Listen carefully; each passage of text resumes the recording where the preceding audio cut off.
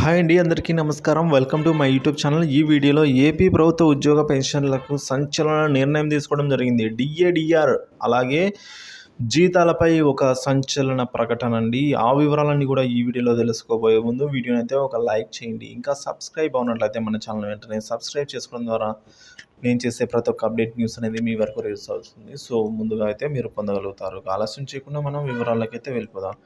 పెన్షన్ల సంక్షేమం చూసేవారికే తమ మద్దతు అనే నినాదంతో ఈ ఎన్నికల్లో పని చేయాలి అని తెలంగాణలో సాధించిన ఫలితాలు ఏపీలోనూ రావాలని అన్నారండి పెన్షనర్లు. దీనిపై సామాజిక మాధ్యమాలలోనూ ఉపయోగించుకుందామని అన్నారు. ఏపీ సచివాలయం మాజీ అధ్యక్షులు పి గురవయ్య గారు మాట్లాడుతూ, ప్రతి నెల 1న ఉద్యోగి వేతనం, విశ్రాంత ఉద్యోగులకు పెన్షన్ ఇవ్వడం ప్రభుత్వం ప్రాధాన్యంగా తీసుకోవాల్సి ఉండగా ఏపీ ప్రభుత్వం వేరే ప్రాధాన్యతలు ఎంచుకుంది అని అయితే అన్నారు.